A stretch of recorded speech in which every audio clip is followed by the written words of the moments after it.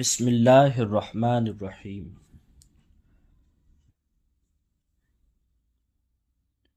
حضرت عبداللہ بن سلام رضی اللہ تعالیٰ عنہ مدینہ میں یہودیوں کے سب سے بڑے عالم تھے۔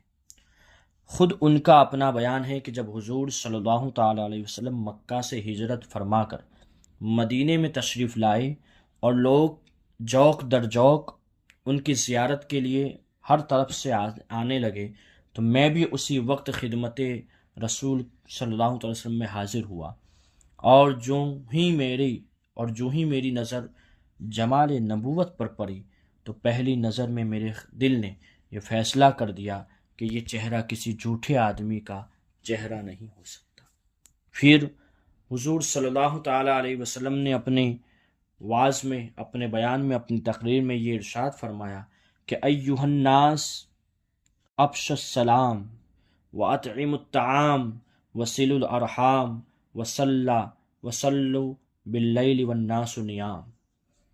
اے لوگو، سلام کا چرچا کرو اور کھانا کھلاؤ اور رشتہ داروں کے ساتھ صلہ رحمی کرو، اور راتوں کو جب لوگ سو رہے ہو تو تم نماز پڑھو۔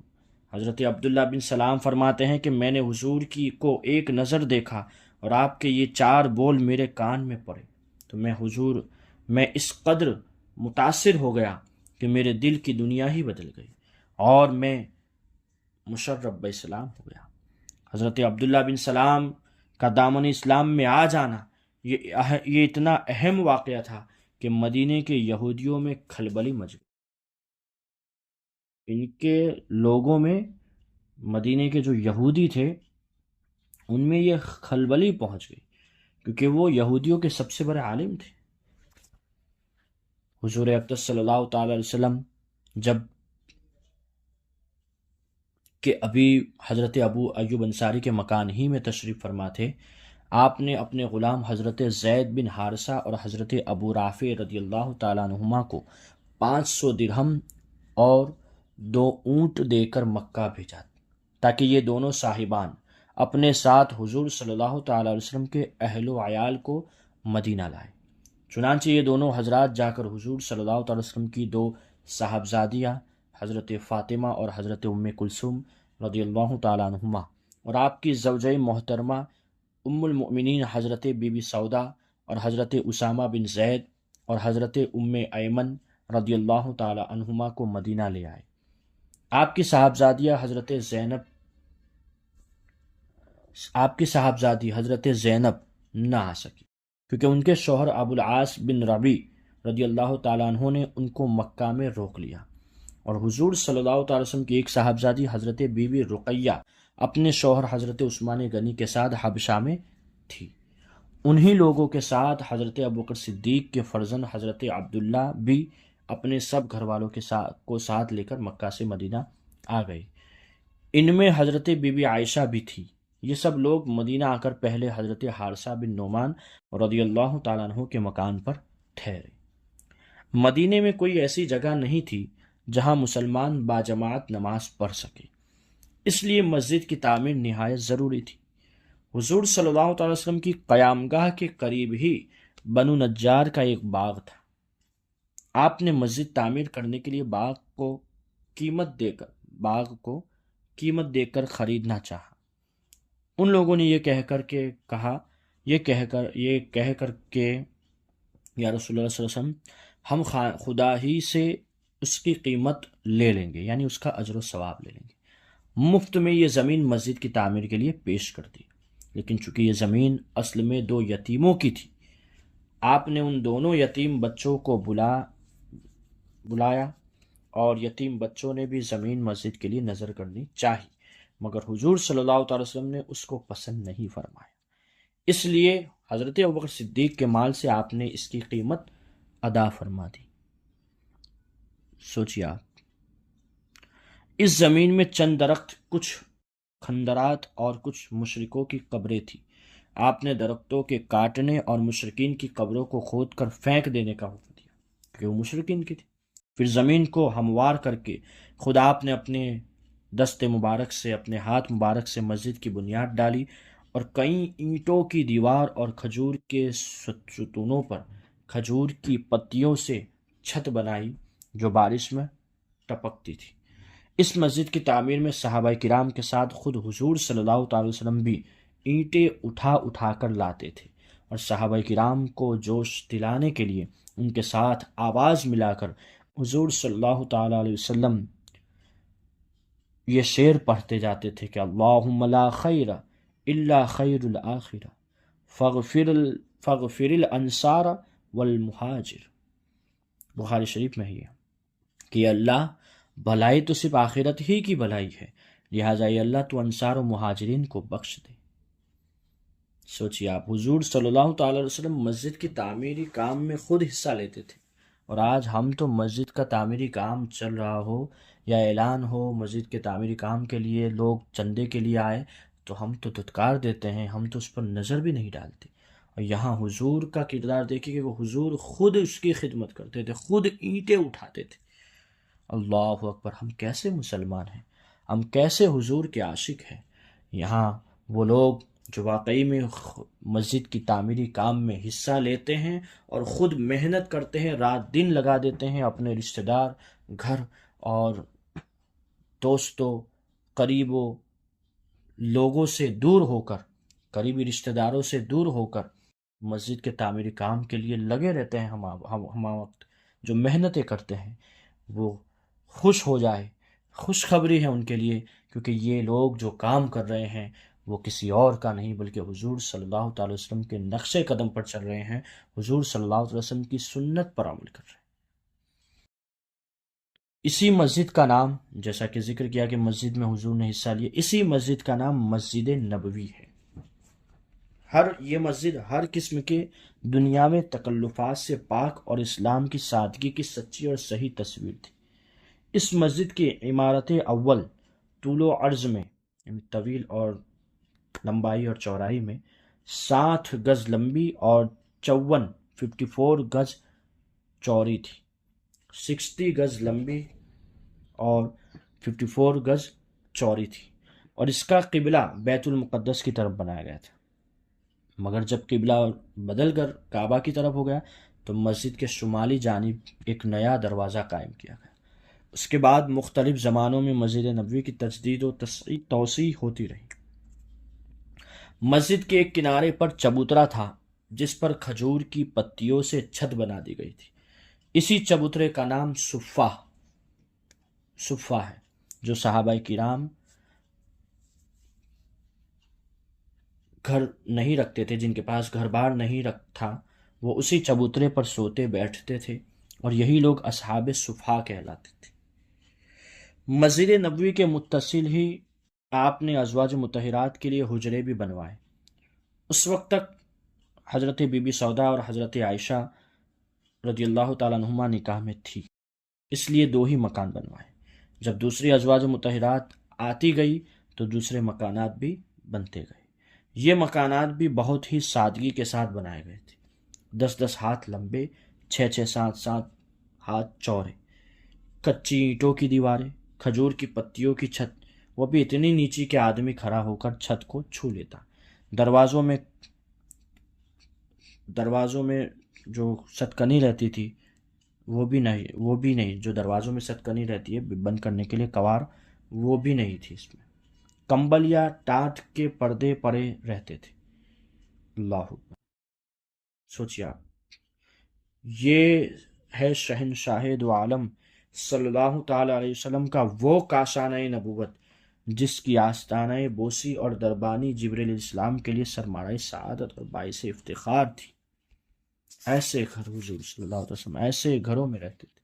اللہ! وہ شہنشاہ کونین جس کو خالق کائنات نے اپنا مہمان بنا کر عرش اعظم پر مسند نشی بنایا، اور جس کے سر پر اپنی محبوبیت کا تاج پہنا کر زمین کے خزانوں کی کنجیاں جس کے ہاتھوں میں عطا فرما دی، اور جس کو کائنات عالم میں قسم قسم کے تصرفات کا مختار بنا دیا، جس کے زبان کا ہر فرمان کن کی کنجی، جس کی نگاہ کرم کے ایک اشارے نے ان لوگوں کو جس کے ہاتھوں میں اونٹوں کی مہار رہتی تھی انہیں اقوام عالم کی قسمت کی لگام عطا فرمائے۔ اللہ اکبر۔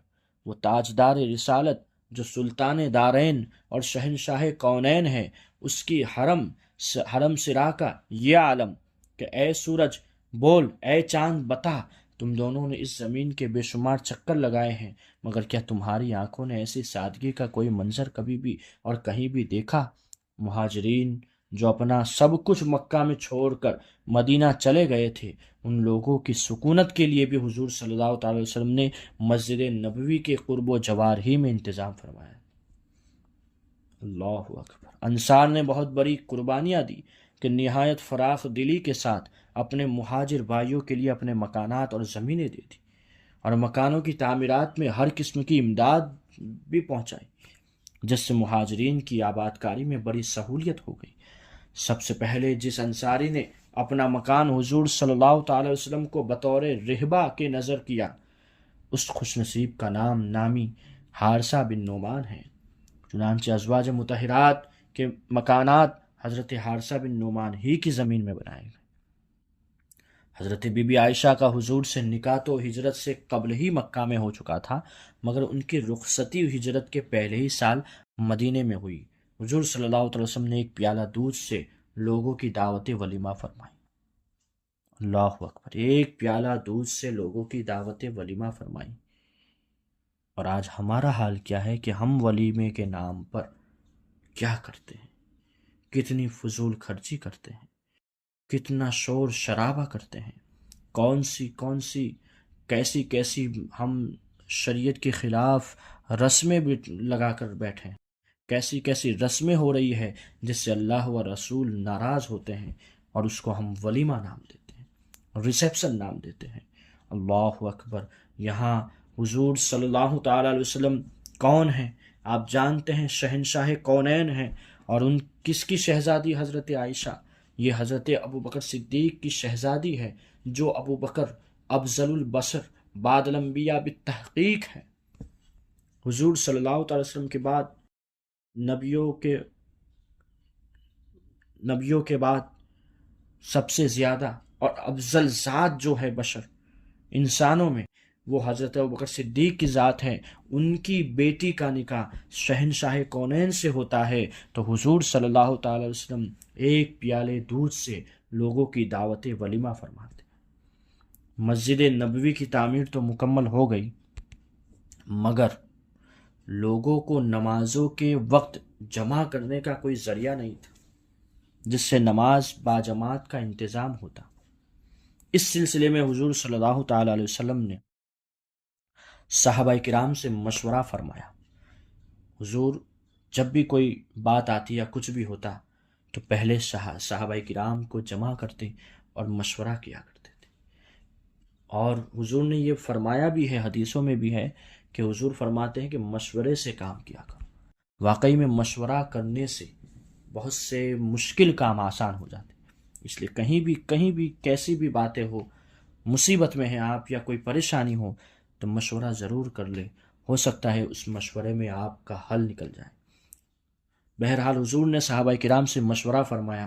بعض نے نمازوں کے وقت آگ جلانے کا مشورہ دیا، بعض نے ناقوس بجانے کی رائے دی، مگر حضور صلی اللہ علیہ وسلم نے غیر مسلموں کے ان طریقوں کو پسند نہیں فرمایا۔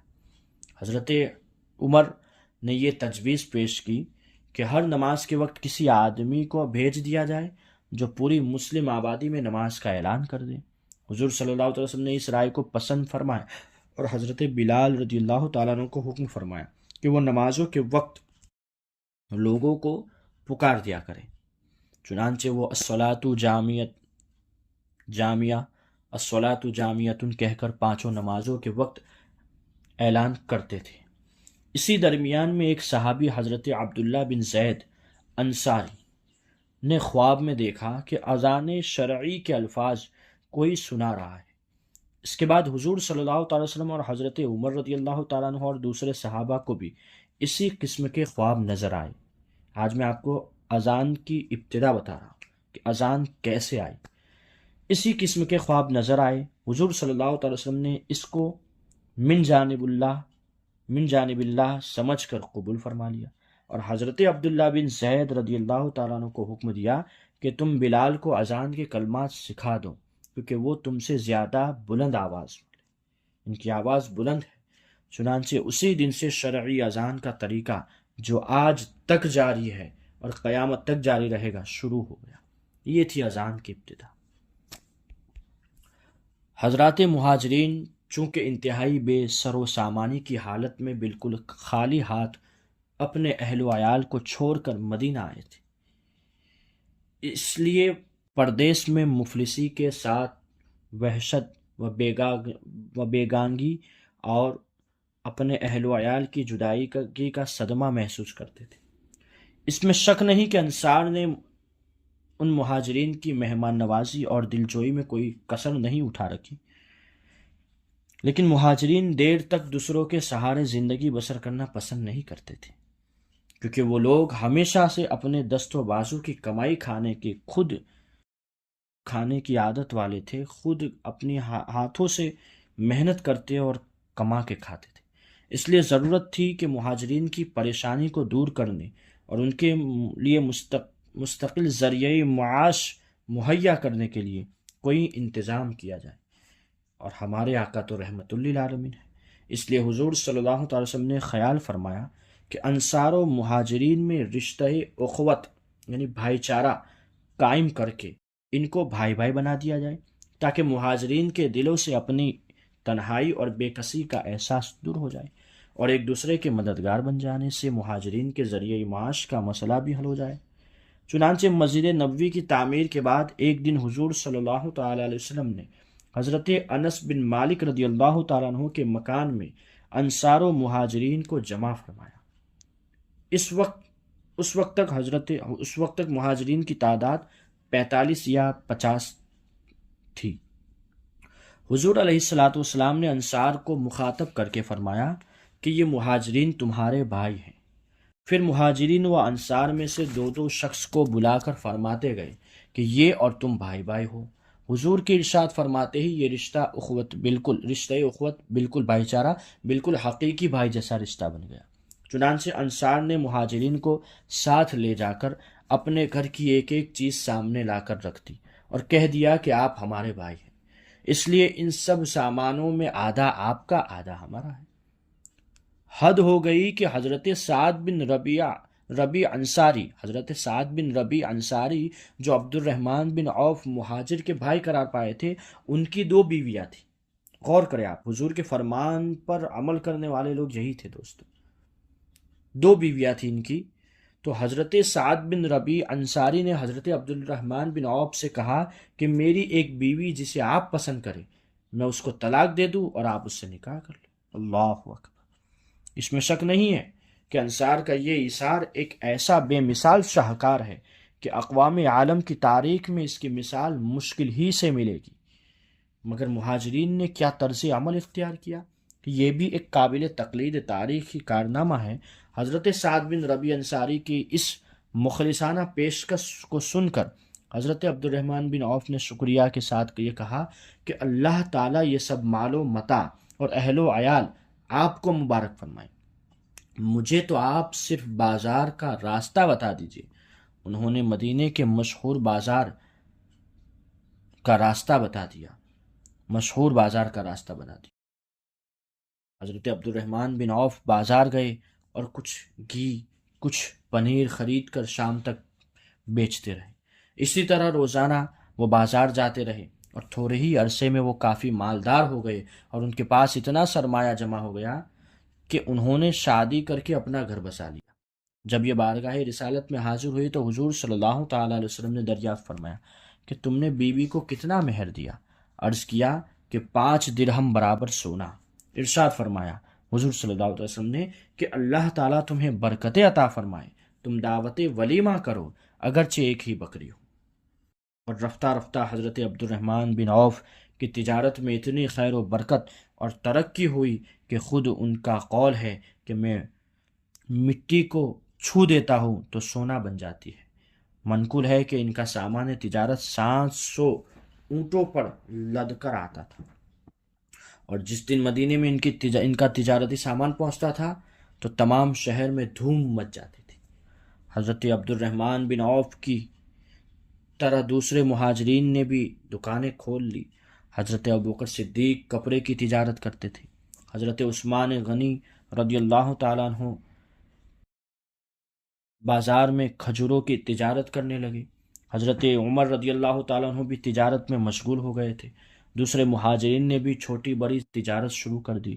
غرض باوجود ہے کہ مہاجرین کے لیے انصار کا گھر مستقل مہمان خانہ تھا، مگر مہاجرین زیادہ دنوں تک انصار پر بوجھ نہیں بنے، بلکہ اپنی محنت اور بے پناہ کوششوں سے بہت جلد اپنے پاؤں پر کھڑے ہو۔ مشہور مورخ اسلام حضرت علامہ ابن عبد البر علیہ الرحمہ کا قول ہے کہ یہ عقد مواخات بھائی چارہ کا معاہدہ تو انصار و مہاجرین کے درمیان ہوا، اس کے علاوہ ایک خاص عقد و عقد مہاجرین کے درمیان بھی ہوا، جس میں حضور صلی اللہ علیہ وسلم نے ایک مہاجر کو دوسرے مہاجر کا بھائی بنا دیا۔ چنانچہ حضرت ابوبکر صدیق اور حضرت عمر رضی اللہ تعالیٰ عنہما اور حضرت طلحہ اور حضرت زبیر رضی اللہ تعالیٰ عنہما اور حضرت عثمان حضرت عبد الرحمن بن عوف رضی اللہ تعالیٰ عنہما کے درمیان جب بھائی چارہ ہو گیا تو حضرت علی نے دربار رسالت میں عرض کی، یا رسول اللہ، آپ نے اپنے صحابہ کو ایک دوسرے کا بھائی بنا دیا، لیکن مجھے آپ نے کسی کا بھائی نہیں بنایا، آخر میرا بھائی کون ہے؟ تو حضور صلی اللہ تعالی وسلم نے ارشاد فرمایا، انت اخی فی الدنیا والآخرہ، یعنی تم دنیا اور آخرت میں میرے بھائی ہو، تم دنیا اور آخرت میں میرے بھائی ہو، جو مدارج النبوت میں ذکر ہے، جلد نمبر 2 صفحہ نمبر 71۔ انشاءاللہ اس کے آگے آپ کے سامنے پیش کیا جائے گا، آپ کے سامنے ذکر کیا جائے گا۔ جزاک اللہ خیر۔ السلام علیکم ورحمۃ اللہ وبرکاتہ۔